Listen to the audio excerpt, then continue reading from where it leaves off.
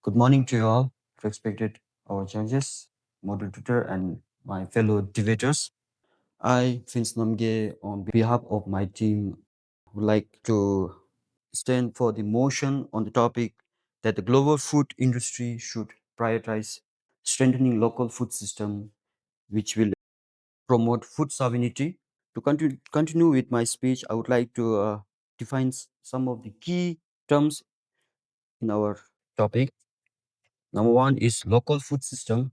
It means that producing food or processing in a region or a community. Secondly, food sovereignty. It means people having the right to decide that what to produce their food or process or distribute it. And thirdly, global supply chain. They are the international system which move food from one part of the world to the another. And in the recent year, it is shown that the instant like the COVID-19 or the some of the climate changes, it showed that the how global food system can be weak or it is flawed. So global supply chain in reality, we could see that in paper it looked so perfect or fine, but in reality it is fragile or unfair. When we say that we should support local food system, it doesn't mean that we are stopping globalization, but we are building upon resilience, fairness, and independence. Good morning to all, respected judges, moderator, and fellow debaters, and all of the audience. Today, we stand against the motion that a global food industry should prioritize strengthening local food system rather than relying on global supply chain. So, while the local food systems are important, our globalized food network is also very essential because it enables food availability and food security. And according to the Food and Agriculture Resources 2023, over 80% of the country they rely on international trade for part of their staple food supply, which means that no country is truly self-sufficient, including the highly developed one. For instance, United Kingdom they import 46% of the food and Singapore 90% of the food.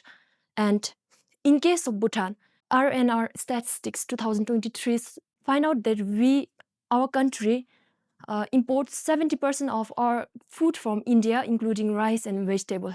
And also, World Bank 2022 estimated that global trade continuity saved 130 million people from falling into the food insecurity. Therefore, the global supply chain helped in moving food from high surplus area to the food deficient area, and it stabilizes the prices and it provide year-round nutrition to the people, and it also save country or region from famine, especially during the period of natural calamities, war, and drought. And in case of the proposition calls to prioritize local food system is associated with higher prices, and higher prices due to the higher cost of production faced by small-scale farmer and limited mechanization, and it also limits the dietary supplement. Therefore, the true future of the food security lies in balancing global and local food production system, and we must not abandon the concept of trade. Therefore, we stand on the point that global supply chain it helps in food sovereignty, not destroy it, and the real sovereignty lies in the freedom of having a choice of food, and it is only enabled by global food system. Good morning, honorable judges, respected opponents and audience. I'm Ugyen Rangdol. Today, I stand for the motion because food is not just a commodity, but it is the backbone of the economy, livelihood, and the community and global interdependence. You may seem global interdependence as efficient, but it is actually fragile and exploitative because global supply systems often enrich just corporations and not farmers. According to Oxfam 2022, he stated that just 5 companies control over 70% of the total grain trade, and that meanwhile, the farmers holding small landholder just get nearly the 10% of the total retail revenue. And then local food system balances what the global supply chain fails to do by processing, selling, and then retaining the economy within its community. And the research done by Human and Agriculture and Human Value said that local farm generates 2.6 times more farm income than the export channel. And local agriculture produces job opportunities. And the UNDP report mentioned that if $1 million is invested in the local farm, then it will create job opportunities for 70 rural people, compared to 20 if invested to industrialize agribusinesses. And this is not just more money to the farmers, but more livelihood to the communities. And our worthy opponent have claims on food security. And a truly resilient economy shouldn't rely on export market, but rather focus on building a local system, economic sovereignty, and economic livelihood. Thank you. Let me thoroughly go to my point. Firstly, my opponent said that local food system creates more job opportunities than the global system. But in this global economic, it is not the maximum number of people digging up the shovel. It is creating the high-end job. So if local food system creates more job to do our work, so it means that it is not efficient like the global food chain. So according to the World Bank 2023, global food supply chain reduces the price of commodities by 10 to 15%. So this is because different region poses different climate and conditions, which enables different country to produce specific crops more efficiently. So this global food system leverages those natural advantages in producing the food commodities more efficiently. For example, it is more efficient to produce coffee in Brazil naturally than to produce coffee beans in, let's say, in Canada using artificial means like heated greenhouse, which uses lots of resources and inputs, and which will increase the cost of productions and ultimately increase the price of the food produce. If one hemisphere experiences winter, the countries could get the food or import the food from other part of the hemisphere or other part of the countries which are not experiencing harsh climate condition like winter. Therefore, the food continuity will be there and there will be no shortage of food. And one of the example that my teammate also mentioned is example of Singapore, which has more than about 5 million people, and its arable land is less than 1%, and it has to feed more than 5 million people. But because of the efficiency of the global food system, it is able to remain stable and keep running. Good morning, respected judges, debaters, and all my dear friends.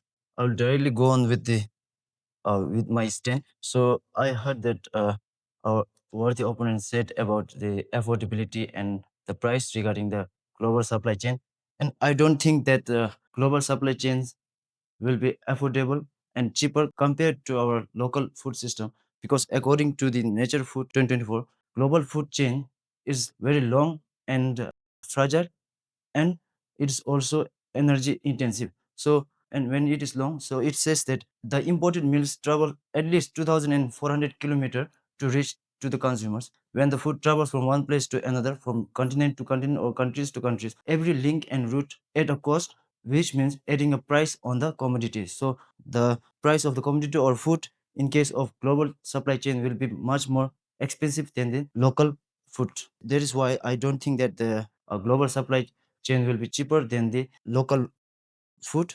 And then the next thing is I want to focus on the resilience and then sustainability. So according to the FAO, Food and Agriculture Organization 2021, the local ecosystem is faster and it adapts quicker than the global supply chain, because global supply chain can at least take a time of a month or more than the month to recover, and then the local can be faster and quicker because it can be regenerated and rebuilt within a week or less than 2 weeks. For instance, during the time of pandemic, the domestic producers have maintained the steady supply even when the imports were reduced by 40%. Regarding the sustainability, when we shorten the food chains, so it can cut off the emission, that is harmful gases, by at least 12%. As stated by my worthy opponent, resilience is critical for any food system, but global trades, they strengthen resilience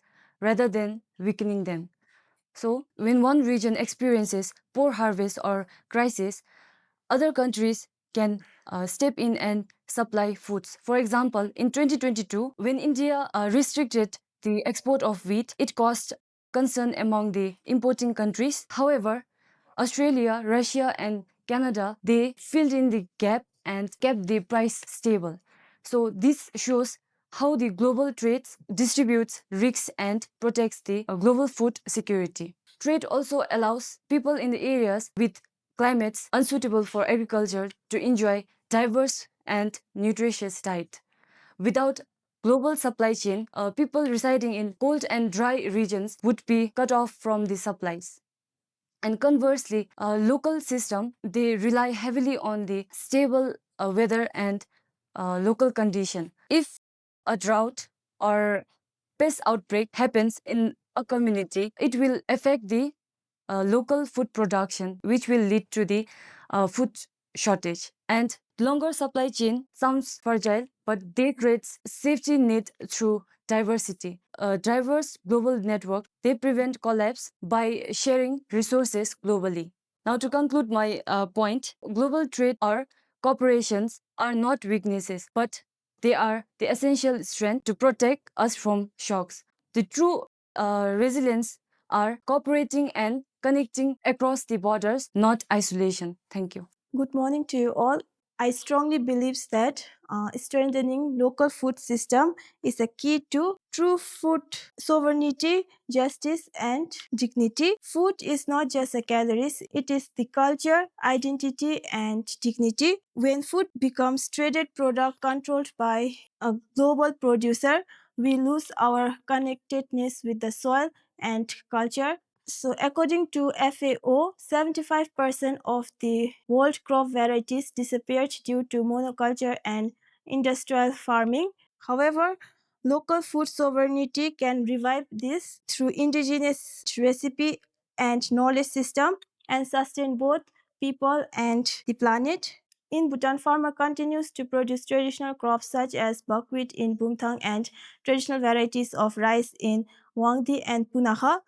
This represents our heritage, nutrition, and climate resilience, things that global supply chain can never replace. And our opposition also mentioned about how global trade can bring diversity and resilience. If that is true, then during COVID-19 pandemic, we face food shortage and we also face food shortage and the price of the product went up during export restriction. So if that is true, then cost depending on import made us vulnerable. And it was at that time when our local community and farmer groups kept the market running and helped the community revive. And also, women who forms 43% of the world agriculture workforce depends on local communities for income rather than global cooperation. So I think the true resilience and diversity depends on the local food system. The proposition team mentioned about globalization being a form of exploitation. However, I would like to refute that point because in the world, for example, for Ethiopia, who produces coffee, and Sri Lanka, who exports tea, and Peru, who produces quinoa and exports them to the world, they rely on access to the global market to market their produces. So to market their produces efficiently, they need global market access, and to rely on local food system, everyone who produces coffee cannot trade or sell their produces in their locality. So global market is essential to market their produces. And if the connectivity or global food supply chain is restricted, it threatens the livelihood of such countries. And next, to stress more on the resilience about the local food system, I would like to refute that point too, because in reality, for example, in 2021, southern Madagascar faced a severe drought, and during that period, their local harvest was devastating because everything was ruined. And during that time, they relied hugely on import. Those crises were solved due to imports from the other countries. And the global food supply chain also provides the diversity, like mentioned by my group, diversity in not only in the food variety, but it also provides diversity when it comes to nutrition. Each country cannot grow or produce everything that they need. So to meet the needs, they need global market or trade is very essential to meet every need of the each and every countries which cannot produces the food due to the geographical and climatic and soil reasons, soil conditions.